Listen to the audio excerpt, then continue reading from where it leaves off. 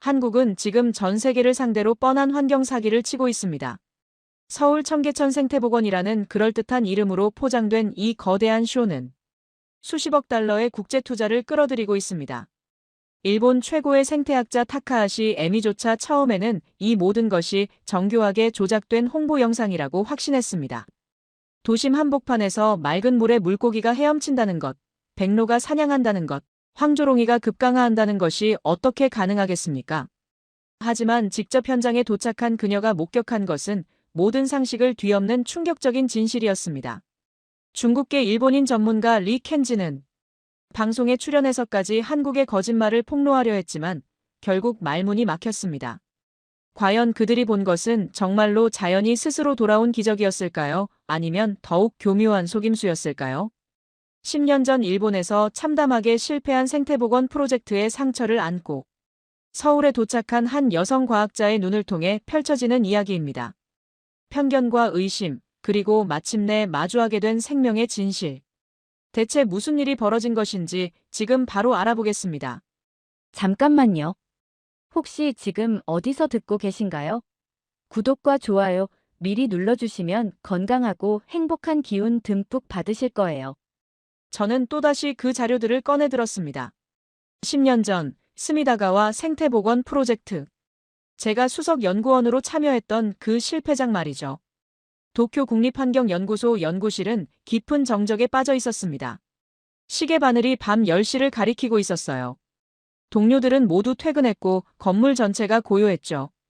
형광등 불빛만이 제 책상을 희미하게 비추고 있었습니다. 책상 위에는 두꺼운 보고서들이 산더미처럼 쌓여 있었어요. 스미다가와 생태복원 사업 최종 실패 보고서라는 제목이 유독 눈에 띄었습니다. 빨간 글씨로 인쇄된 기밀 도장이 선명했죠. 제 손가락이 그 문서를 슬쩍 건드렸습니다. 아직도 생생해요. 5년간 투입된 천문학적 예산.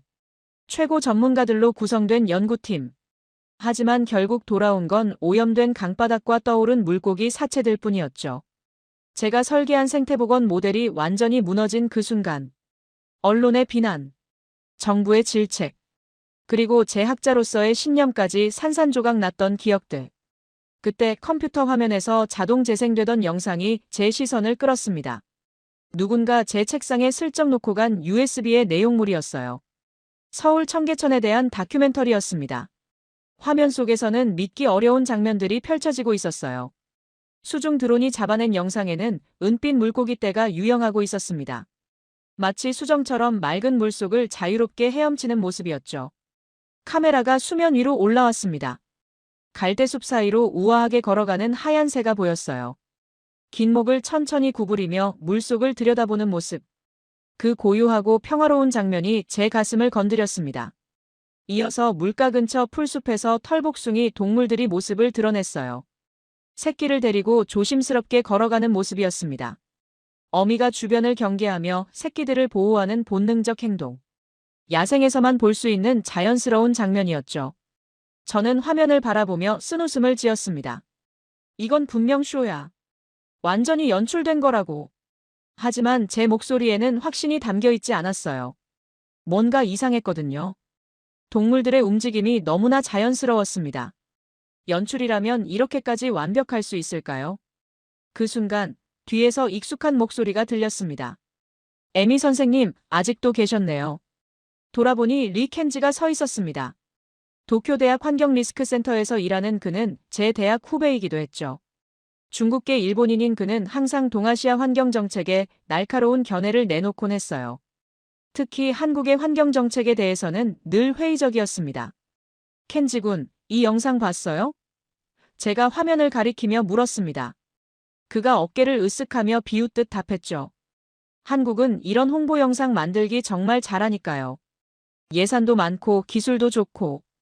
켄지가 제 옆으로 다가와서 화면을 자세히 들여다봤어요. 보세요, 이 각도.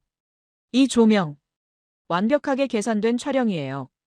다큐멘터리라기보다는 광고에 가깝네요. 하지만 저는 뭔가 다른 느낌을 받고 있었습니다. 화면 속 생물들의 움직임에서 인위적인 느낌을 찾을 수 없었거든요.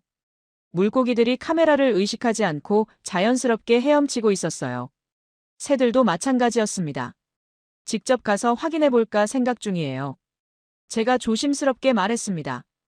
켄지의 표정이 급변했습니다.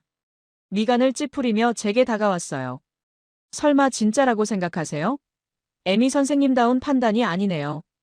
그의 목소리에는 분명한 경고의 의미가 담겨 있었습니다. 스미다가와 사건으로 이미 충분히 상처받지 않았나요? 또다시 실망하고 싶으세요? 저는 다시 화면을 바라봤습니다. 방금 전까지 의심스럽게 여겼던 그 영상이 이제는 다르게 보였어요. 수중 드론이 잡아낸 물고기들의 모습. 그 선명함과 생동감이 제 마음을 계속 흔들고 있었습니다. 켄지가 계속 말을 이었어요. 한국 정부가 얼마나 많은 돈을 홍보에 쓰는지 아세요? 이런 영상 하나 만드는데 수억 원도 거뜬히 투입하거든요. 하지만 제가 주목한 건 기술적인 완성도가 아니었습니다. 화면 속에서 백로 한 마리가 물가에 조용히 서 있는 모습. 그 평온하고 자연스러운 장면이 계속 제 머릿속을 맴돌았어요. 스미다가와에서의 실패가 다시 떠올랐습니다. 복원 3년 차에 발견된 대량 어류 폐사, 수질 악화, 생태계 교란. 모든 것이 제 계산과 정반대로 흘러갔었죠. 만약 이게 진짜라면 제가 중얼거렸습니다. 캑지가 의아한 표정으로 저를 바라봤습니다. 진짜라면 뭐예요? 제가 잠시 침묵했어요. 머릿속에서 복잡한 생각들이 뒤엉키고 있었거든요. 실패에 대한 트라우마와 새로운 가능성에 대한 희망이 충돌하고 있었습니다. 세상이 바뀔 거예요. 제가 조용히 대답했습니다. 제가 알던 생태학의 상식이 완전히 뒤바뀔 테니까요. 켄지는 더 이상 말하지 않았어요. 하지만 그의 표정에서 불안감을 읽을 수 있었습니다. 제가 정말로 서울에 갈 것이라는 걸 눈치챈 것 같았거든요. 그날 밤 저는 오랫동안 잠들지 못했습니다. 침대에 누워서도 계속 그 영상이 떠올랐어요. 물속을 자유롭게 헤엄치는 물고기들. 갈대숲에서 평화롭게 걸어가는 새들. 그리고 새끼를 보호하는 어미의 모습. 새벽 5시가 되어서야 결심했습니다. 직접 가서 확인해 보기로요. 책상 서랍에서 여권을 꺼내며 저는 스스로에게 다짐했습니다. 서울에서 진실을 찾아보자. 10년간 제 마음을 짓눌렀던 실패의 그림자.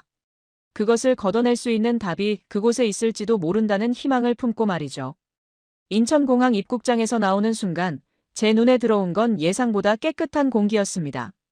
10년 전 도쿄에서 느꼈던 서울의 이미지와는 달랐어요. 하늘이 맑고 투명했습니다. 공항버스를 타고 서울로 향하는 길.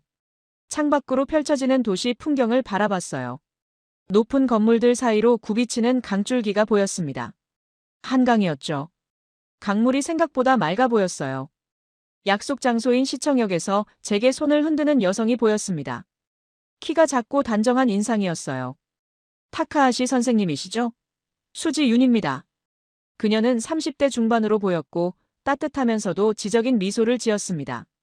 서울시 생태보건 총괄 디자이너라고 소개했죠. 제가 상상했던 차가운 기술자나 관료의 모습과는 완전히 달랐습니다. 여행은 편하셨어요? 수지의 목소리에는 진정한 관심이 담겨 있었습니다. 단순한 의례적 인사가 아니라 정말로 궁금해하는 것 같았어요. 네, 덕분에요. 청계천으로 바로 가면 될까요? 제가 서둘러 물었습니다. 수지가 제 급한 마음을 알아차렸는지 미소를 지었어요. 물론이죠. 하지만 조금 걸어야 해요. 지하철을 타고 가는 게 가장 빠를 거예요. 우리는 지하철 2호선을 타고 을지로 3가역으로 향했습니다. 지하철 안에서 수지가 간단히 설명해줬어요.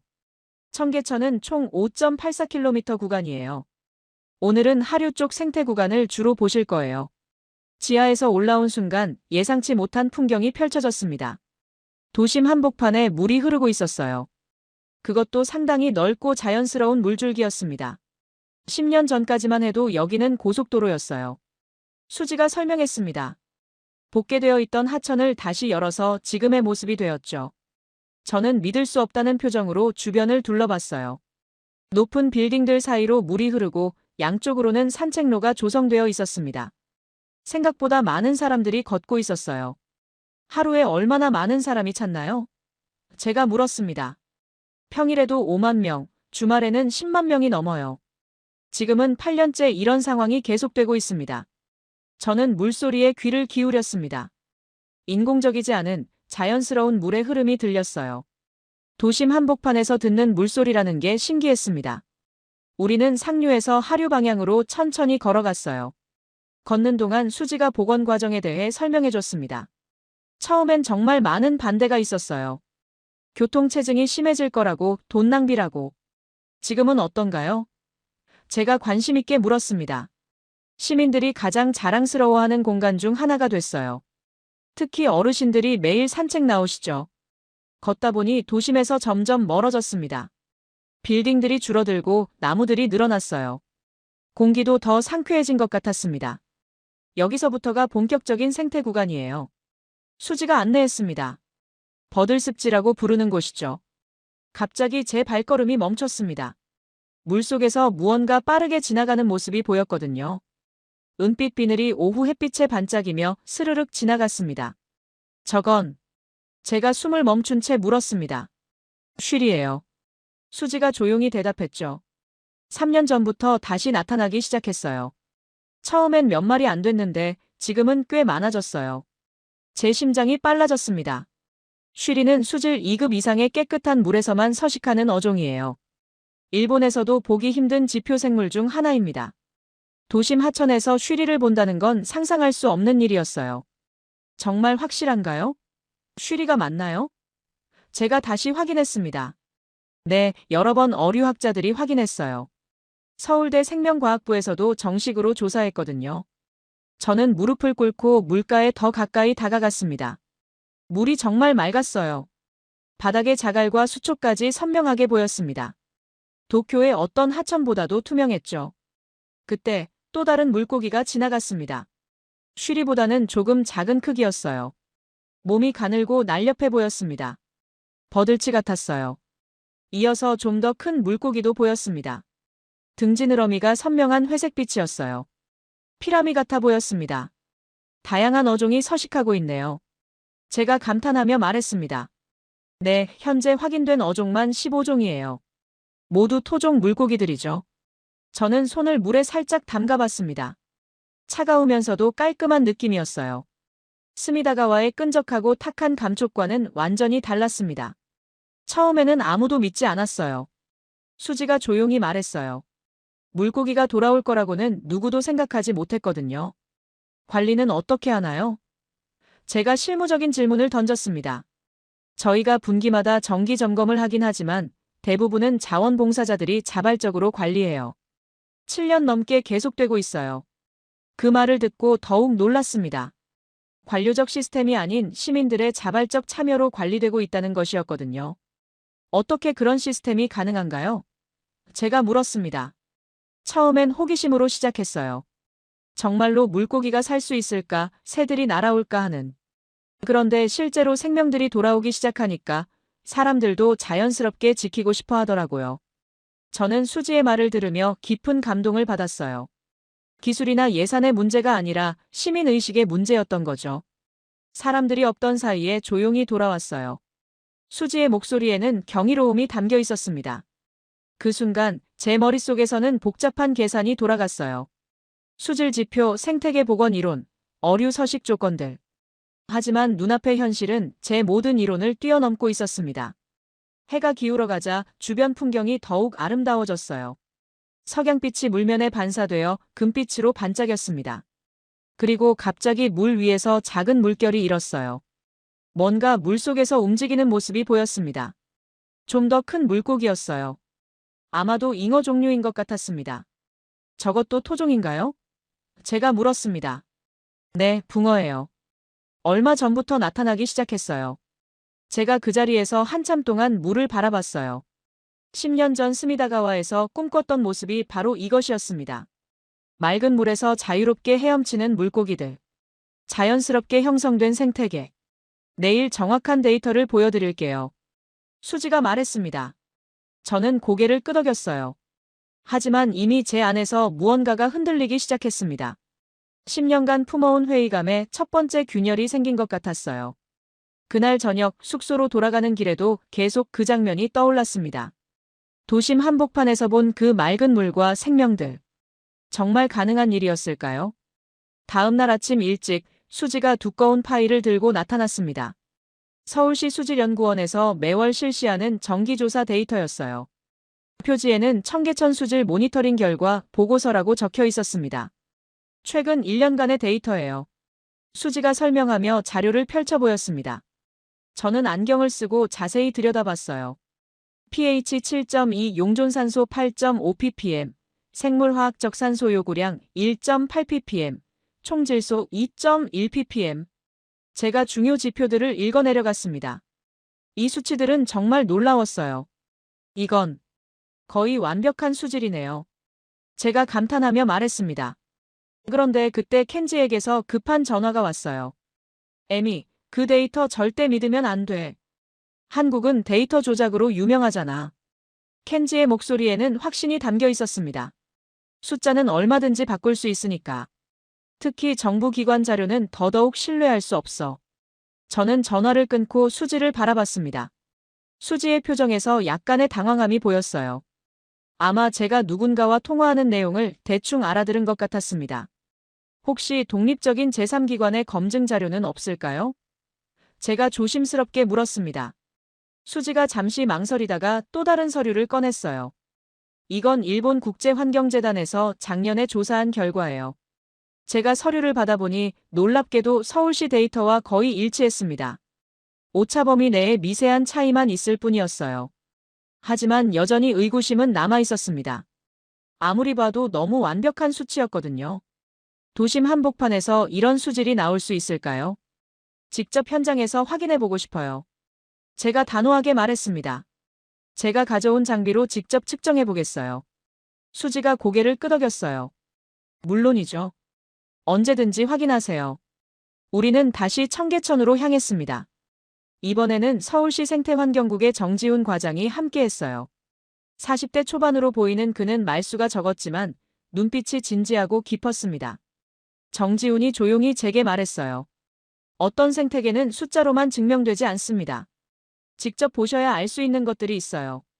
저는 가방에서 일본에서 가져온 간이 수질 측정기를 꺼냈습니다. 최신형 디지털 측정기로 정확도가 매우 높은 장비였어요. 제가 직접 확인하고 싶었거든요. 물가에 무릎을 꿇고 측정기를 물에 담갔습니다. 기계 화면에 숫자들이 차례로 나타났어요. pH, 용존산소량, 탁도, 전기전도도. 몇 분 후 모든 측정이 끝났습니다. 결과를 보고 저는 깜짝 놀랐어요. 서울시 자료와 거의 동일한 수치였습니다. 이상하네요. 제가 중얼거렸습니다. 정지훈이 제게 다가왔어요. 뭐가 이상하신가요? 너무 완벽해요. 도심 한복판에서 이런 수질이 나올 리가 없는데.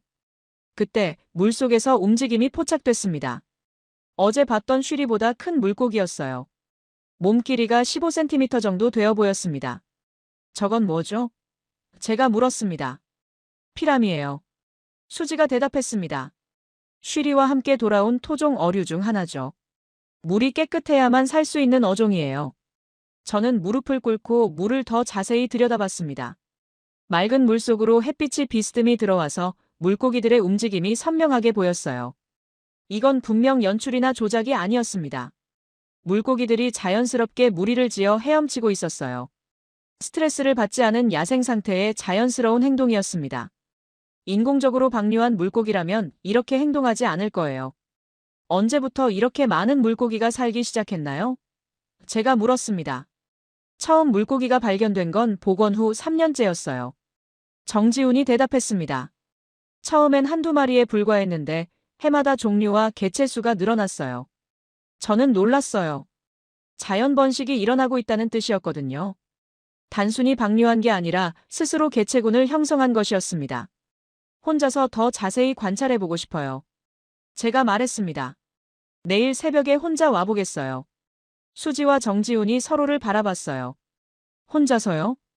네, 가장 자연스러운 상태를 보고 싶어서요. 사람들이 없을 때 생물들이 어떻게 행동하는지 관찰하고 싶어요. 다음 날 새벽 5시.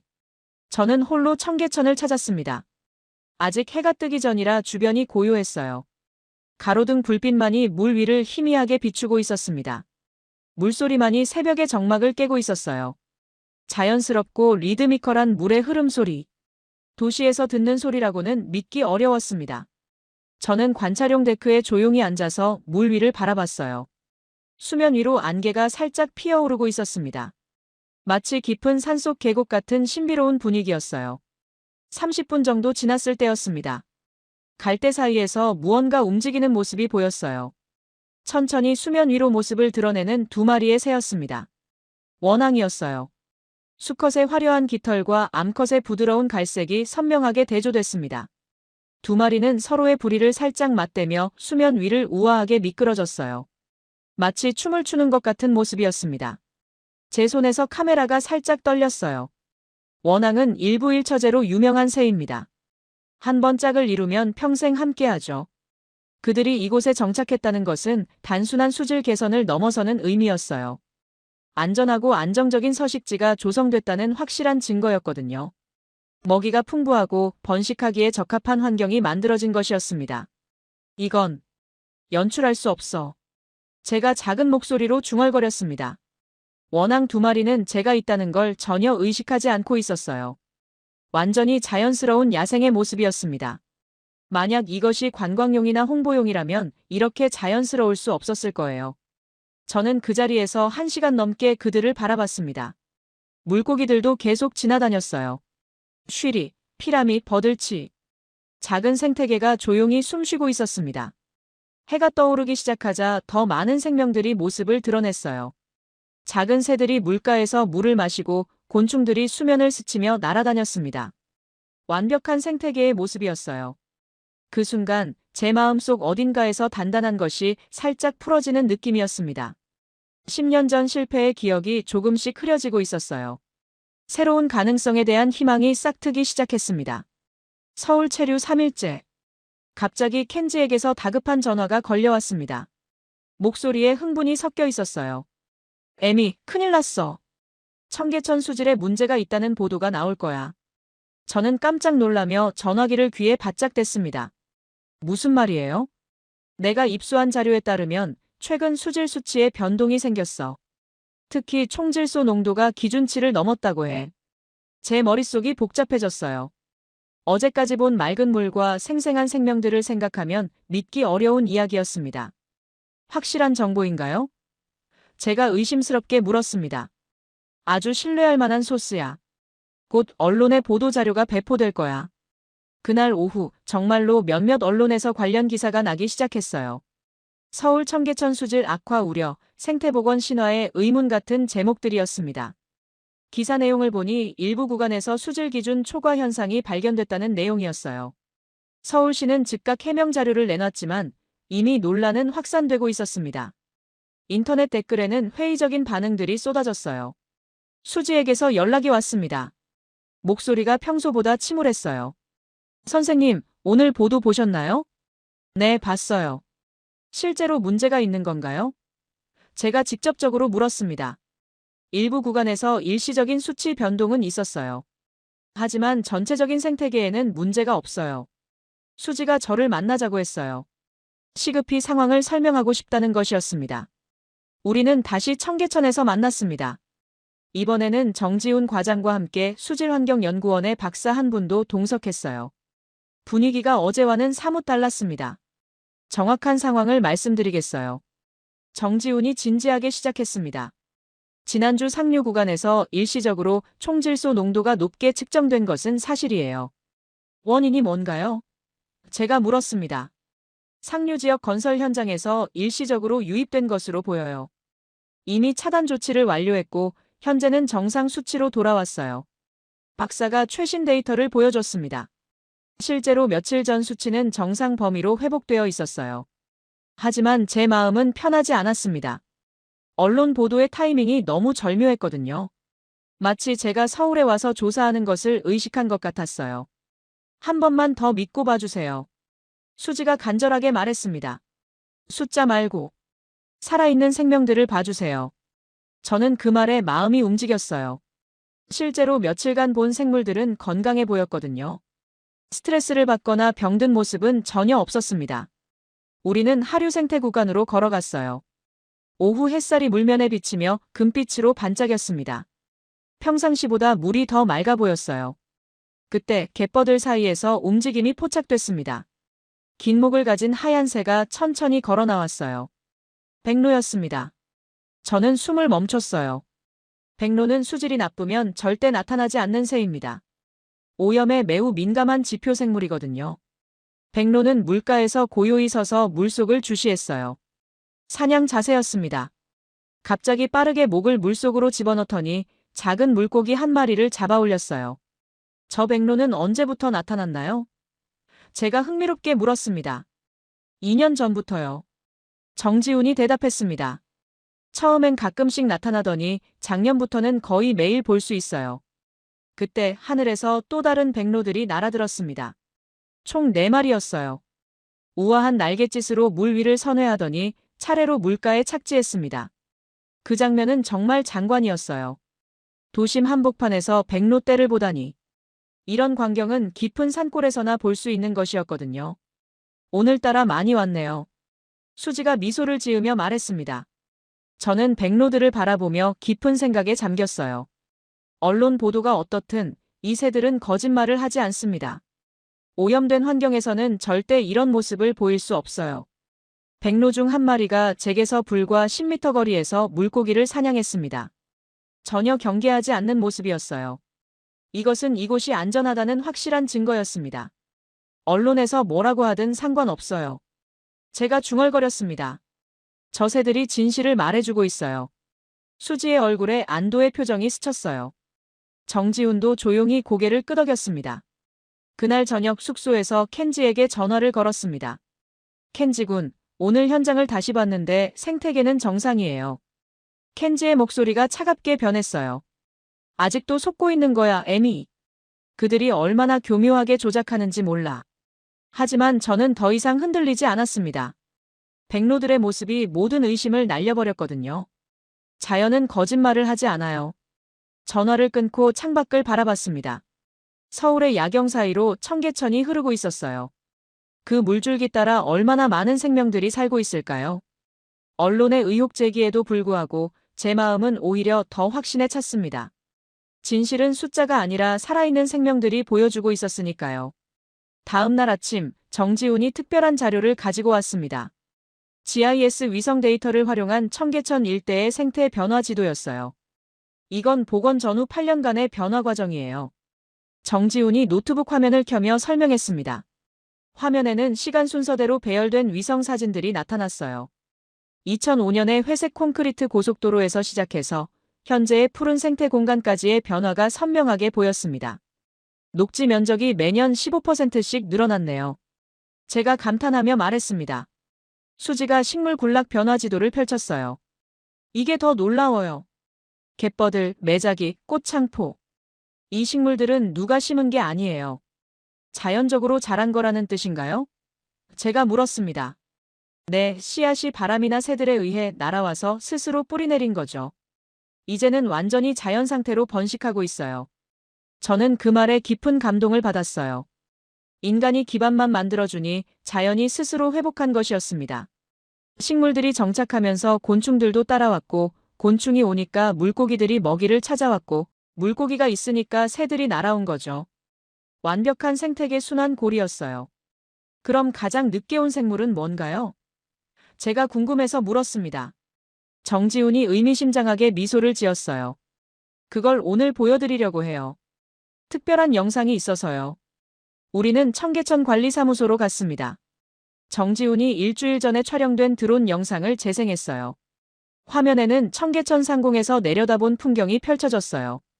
그때 화면 한쪽에서 빠른 움직임이 포착됐습니다. 작지만 날렵한 새 한 마리가 급강하하고 있었어요. 저게 뭐죠? 제가 화면을 자세히 들여다보며 물었습니다. 황조롱이에요. 정지훈이 답했습니다.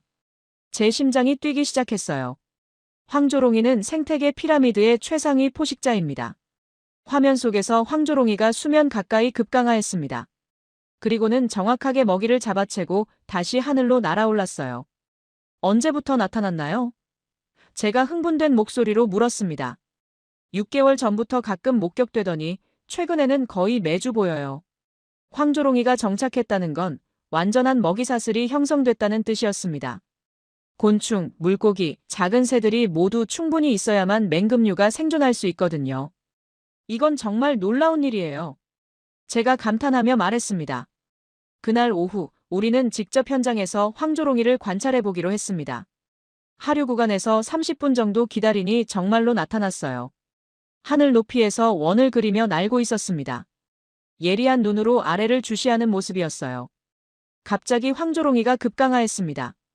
바람을 가르는 속도가 정말 빨랐어요. 수면 근처에서 무언가를 잡아채고는 다시 상승했습니다. 작은 물고기를 잡은 것 같았어요. 발톱에 은빛이 번쩍이는 게 보였습니다. 저렇게 정확하게 사냥할 수 있다는 건 물이 정말 맑다는 증거예요. 수지가 설명했습니다. 저는 황조롱이를 바라보며 온몸에 전율이 일었어요. 생태학자로서 이런 장면을 도심에서 볼 수 있다니. 황조롱이가 근처 빌딩 옥상에 앉아서 사냥한 물고기를 먹기 시작했어요. 완전히 자연스러운 야생의 모습이었습니다. 생태계의 상위 포식자가 돌아왔다. 제가 감격스럽게 중얼거렸습니다. 그때까지만 해도 저는 스미다가와의 실패를 완전히 극복하지 못했었어요. 하지만 황조롱이의 사냥 장면을 본 순간 마음속 깊은 곳에서 무언가가 완전히 바뀌었습니다. 진정한 생태복원이 무엇인지 이제야 알 것 같았어요. 기술이나 예산이 아니라 자연의 힘을 믿고 기다리는 것. 그리고 인간은 그저 공간만 비워주는 것. 황조롱이가 다시 하늘로 날아올랐습니다.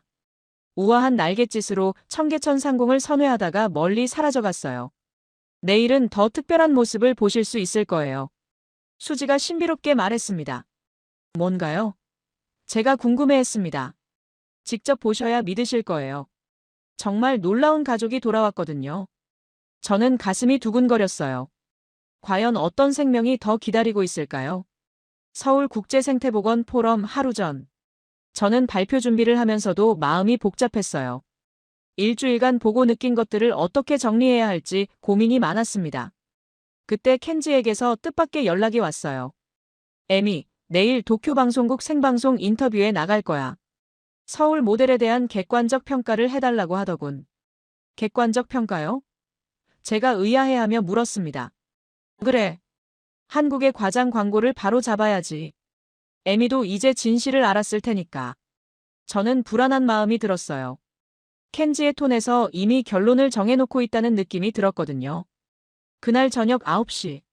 도쿄 방송국 뉴스 프로그램에 켄지가 출연했습니다. 저는 숙소에서 온라인으로 시청했어요. 서울의 청계천 모델은 과학적 근거가 부족한 미화에 불과합니다. 켄지가 카메라를 정면으로 보며 단언했습니다. 진행자가 물었어요. 구체적으로 어떤 문제가 있다고 보시나요? 첫째, 수질 데이터의 신뢰성입니다. 최근에도 기준치 초과 사례가 발생했죠. 둘째, 생물 다양성 지표가 과장되어 있어요. 실제로는 인위적으로 방류한 개체들이 대부분일 거예요. 저는 화면을 보며 답답했어요. 켄지는 현장을 한 번도 보지 않고 그런 말을 하고 있었거든요. 일본의 전문가들도 회의적 시각을 갖고 있나요? 진행자가 추가로 물었습니다. 현재 도쿄대 연구팀이 조사 중인데 예비 결과만 봐도 의문점이 많습니다. 한국 정부가 얼마나 많은 홍보 예산을 투입하는지 아세요? 켄지의 발언은 계속 이어졌어요. 마치 이미 결론이 정해진 것처럼 단정적으로 말했습니다. 방송이 끝나자 수지에게서 급한 전화가 왔어요. 선생님, 방금 일본 뉴스 봤어요. 어떻게 해야 할까요? 걱정하지 마세요. 내일 제가 직접 말씀드릴게요. 제가 차분하게 대답했습니다. 하지만 인터넷에는 이미 켄지의 발언이 확산되고 있었어요. 한국 언론에서도 반박 기사들이 나오기 시작했습니다. 분위기가 좋지 않았어요.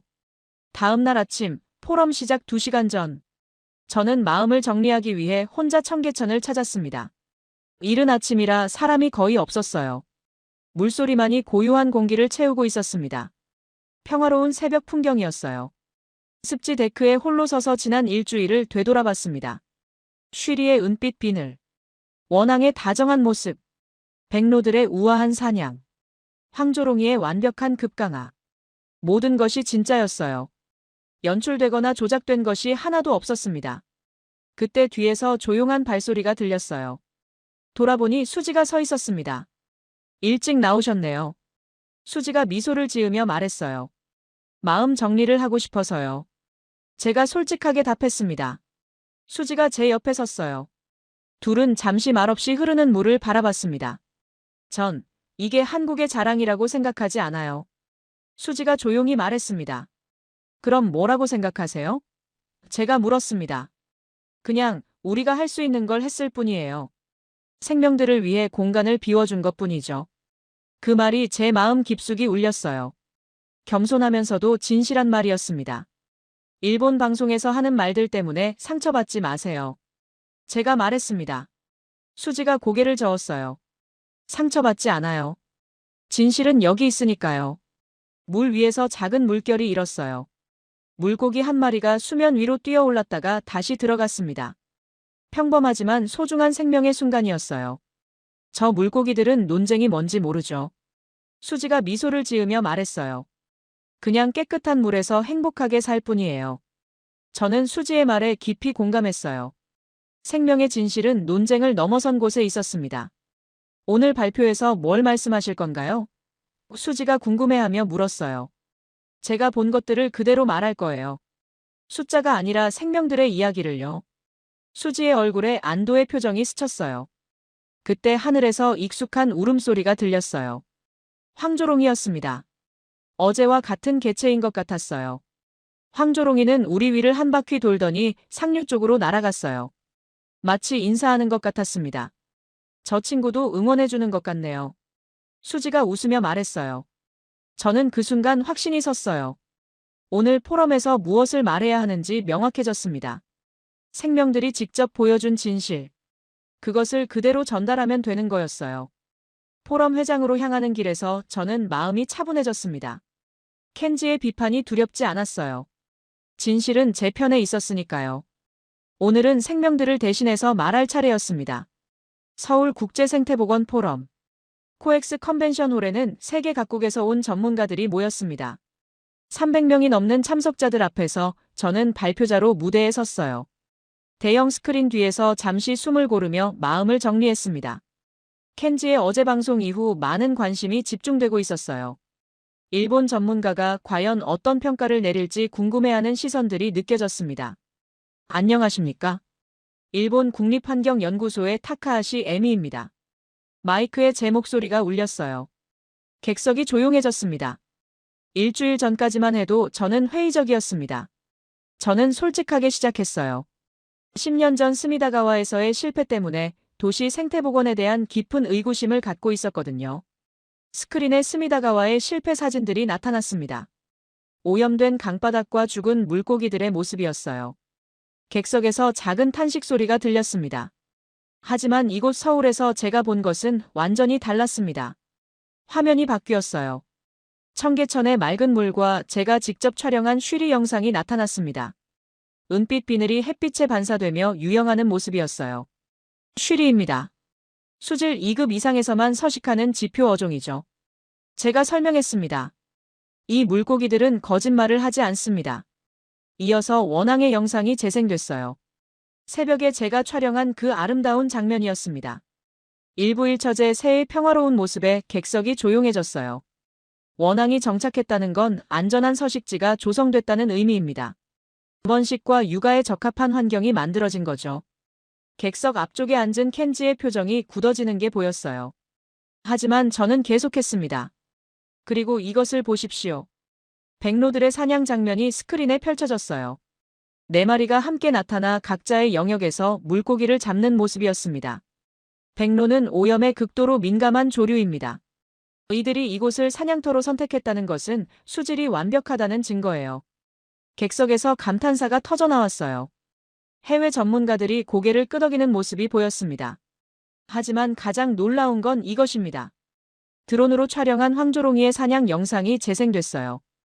급강하에서 정확하게 먹이를 잡아채는 장면이었습니다.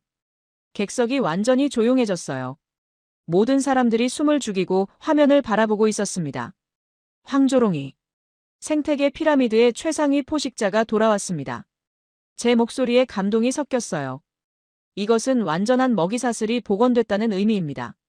그때 대형 스크린에 종합지도가 나타났어요. 드론 영상, 수질 데이터, 그리고 쉬리, 원앙, 백로, 황조롱이의 분포가 겹쳐진 복원 지도였습니다. 서울은 생명을 되돌리지 않았습니다. 제가 힘주어 말했어요. 기억을 되살렸습니다. 객석이 완전히 조용해졌어요. 제 말 한마디 한마디에 집중하고 있었습니다. 그 기억을 위해 인간은 단지 공간을 비워주었을 뿐입니다. 자연이 스스로 돌아올 수 있도록 기다려준 것이죠. 켄지가 자리에서 일어나려고 하더니 다시 앉았어요. 아무런 반박도 하지 못하고 고개를 숙였습니다. 숫자로는 설명할 수 없는 것들이 있습니다. 제가 계속 말했어요. 생명의 회복, 자연의 복원력, 그리고 인간과 자연의 공존. 마지막 슬라이드가 나타났어요. 황조롱이가 하늘을 나는 모습이었습니다. 도심 빌딩들을 배경으로 한 자유로운 비행이었어요. 이것이 제가 서울에서 본 진실입니다. 제가 마무리했습니다. 기술이나 예산의 문제가 아니라 자연에 대한 믿음의 문제였어요. 발표가 끝나자 잠시 정적이 흘렸어요. 그러다 객석 한쪽에서 박수가 터져 나왔습니다. 이어서 전체 객석이 기립박수로 이어졌어요. 수지가 객석 뒤편에서 눈물을 글썽이며 박수를 치고 있었습니다. 정지훈도 조용히 고개를 끄덕이고 있었어요. 질의응답 시간이 시작됐어요. 여러 질문들이 나왔지만 켄지는 끝까지 입을 열지 않았습니다. 반박할 근거를 찾을 수 없었던 것 같아요. 타카하시 박사님, 일본에서도 이런 모델을 적용할 계획이 있으신가요? 독일 전문가가 물었어요. 네, 꼭 시도해보고 싶습니다. 제가 확신에 찬 목소리로 답했어요. 자연의 복원력은 국경을 넘어서는 진리니까요. 포럼이 끝나고 많은 전문가들이 저에게 다가왔습니다. 협력 제안과 격려의 말들이 이어졌어요. 켄지만 홀로 자리를 떠났습니다. 마지막까지 제게 말 한마디 건네지 않고요. 그날 저녁 수지와 정지훈과 함께 조용한 저녁 식사를 했습니다.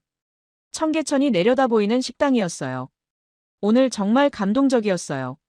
수지가 말했습니다. 선생님이 우리 생명들을 대신해서 말씀해 주신 것 같아요. 저는 창밖의 청계천을 바라봤어요. 어둠 속에서도 물이 조용히 흐르고 있었습니다. 그 물 속에서 수많은 생명들이 평화롭게 잠들고 있겠죠. 오늘 저는 증인이 되었습니다. 살아있는 생명들의 진실을 전하는 증인이요. 포럼이 끝나고 며칠 후, 저는 귀국 전 마지막으로 청계천을 찾았습니다. 이번에는 특별한 동행이 있었어요. 서울 생태학습교실에서 초등학생들의 현장 수업이 있다고 해서 함께하게 됐습니다. 한지은 해설사가 20명 정도의 아이들을 데리고 왔어요. 여기서 어떤 물고기들이 살고 있을까요? 한지은이 아이들에게 물었습니다. 쉬리요. 붕어요. 피라미요. 아이들이 저마다 대답했어요. 정확한 이름들을 알고 있어서 놀랐습니다. 맞아요. 이 친구들이 언제부터 여기서 살기 시작했는지 아는 사람. 한 아이가 손을 들었어요. 할아버지가 그러는데 예전에는 물고기가 없었대요. 그런데 갑자기 나타났다고 해요. 아이들의 순수한 호기심이 제 마음을 따뜻하게 했어요. 이 아이들에게 청계천은 당연한 일상의 일부였습니다. 우리는 하류 습지 쪽으로 걸어갔어요. 아이들이 물가에서 물고기들을 관찰하고 있을 때였습니다. 갑자기 숲을 뒤에서 바스락거리는 소리가 났어요. 아이들이 모두 그쪽을 바라봤습니다. 그때 작고 둥근 머리가 물 위로 살짝 올라왔어요. 귀여운 수염이 물을 톡톡 튕기고 있었습니다. 저게 뭐지? 한 아이가 작은 목소리로 물었어요. 제 심장이 뛰기 시작했어요. 설마 하는 마음으로 자세히 보니 정말 그것이었습니다. 새끼 수달이었어요. 물속에서 호기심 가득한 눈으로 우리를 바라보고 있었습니다. 털이 아직 부드럽고 어린 모습이었어요. 우와! 수달이다! 아이들이 소리쳤어요. 한지은 해설사도 깜짝 놀란 표정이었어요. 어머, 정말이네요. 수달이 나타났어요. 그때 물 뒤쪽에서 어미 수달도 모습을 드러냈습니다. 새끼를 지키려는 듯 조심스럽게 다가왔어요.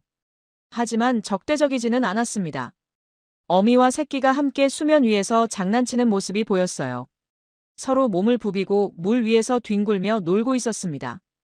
아이들이 숨을 죽이고 바라봤어요. 누구도 소리를 내지 않았습니다. 본능적으로 방해하면 안 된다는 걸 알고 있는 것 같았어요. 저희가 처음 보는 거예요. 한지은이 작은 목소리로 말했어요. 수달이 이곳에 나타난 건 오늘이 처음이에요. 저는 감격스러워서 말이 나오지 않았어요. 수달은 수질이 극도로 깨끗해야만 서식하는 동물입니다. 그것도 번식까지 하고 있다는 건 수달 가족이 물가 풀숲으로 천천히 사라졌어요.